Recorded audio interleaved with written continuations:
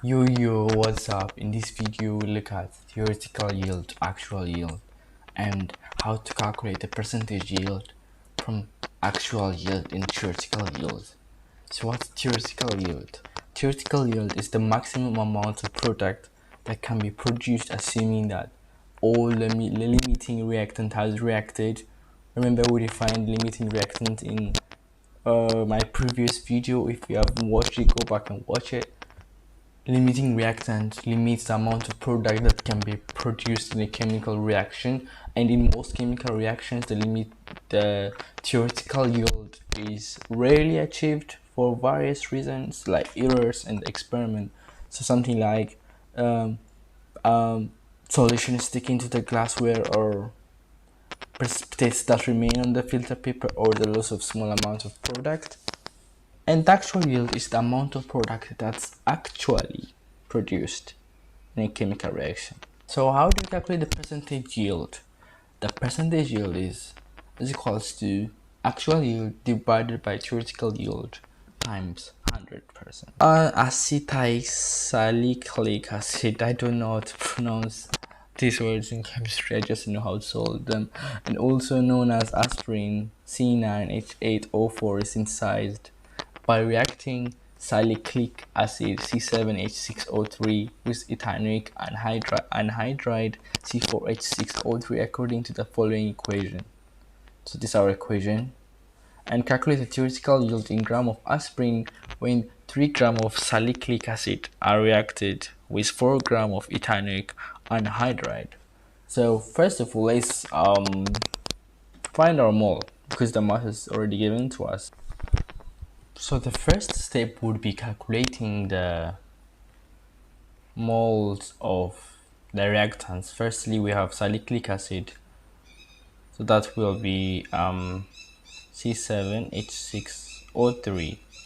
So we have the mass to be 3.00 gram, and the molar mass, you can calculate it by yourself.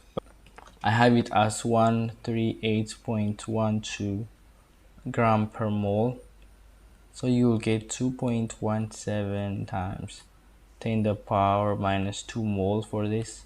And for the C4H6O3, the mole is 4.00 gram divided by 102.09 gram per mole. So you get 3.92 times 10 to the power minus 2 mole. So we have found our mole. Now we need to find or determine which one is the limiting reagent. The limiting reagent is the one with the smallest value.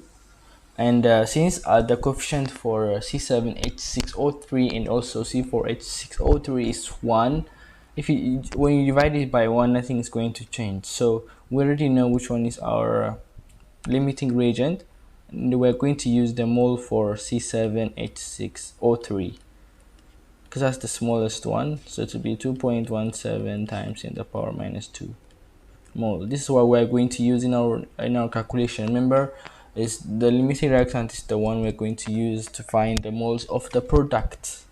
This is what determines the amount of products formed. So yeah, here we have this.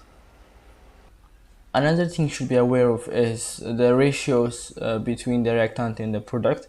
Here, thankfully, we have 1, 1, 1, 1, and this is not going to affect our calculation. But in the next calculation, I will show you how it will affect the results. So take note of that. To find the theoretical yield for aspirin C9H8O4, we're going to use the moles for C7H6O3, and then you just multiply it by the molar mass of C9H8O4. So the mass or the theoretical yield for aspirin is the mole we have found here, 2.17 times 10 to the power minus 2 times the molar mass for aspirin, which is 180 0.16. So you get the mass to be 3.91 gram. This is our theoretical yield. So we have found our theoretical yield, and the second problem is finding the percentage yield. So percentage yield, let me write it as Py is equals to actual yield. Actual yield is the actual mass you will get in the reaction, and this is our theoretical yield, gram times 100%. So you will end up with 94.6%.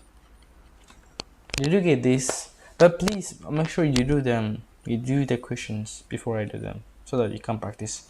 So the second question is similar but different kind of setting. So the reaction between iron oxide and carbon monoxide proceeds as follows: Fe2O3 plus 3 carbon, F2Fe plus 3 carbon dioxide.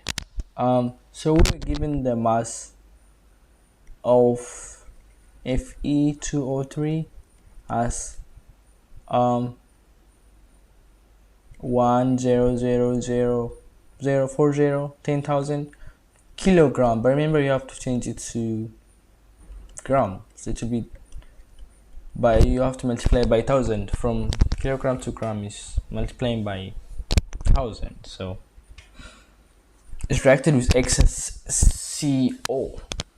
I mean, this question has simplified it for us. We already know which one is our limiting reagent. It's this one, because they said excess carbon monoxide. So original is excess, so we don't need to bother finding which one is the limiting and which one is the excess reagent. So yeah, we have our gram. So now we just need to find the mole of Fe2O3. Mass over molar mass doesn't change, it's constant. So 1 times 10 to the power 7 divided by 15.69 to give us 62621 mole. The ratio between iron oxide and iron is 1 to 2. I'm talking about mole. So to find the mole of iron, you have to multiply the mole of iron oxide by 2. So that means you have to multiply this by 2 to get the mole of iron. So that will be 2 times 62621. So you will get 125242 mole. And the mass will be, so now we have found the mole, and we know the molar mass for iron. So the mass will be 125242 times 55.85. So you will get 6995 kilogram. But we're not done here yet. We have to find the percentage yield. So our percentage yield is actual yield divided by theoretical yield. So our actual yield is given to us as 5974 divided by 6995 times 100. So that will be 85.4%.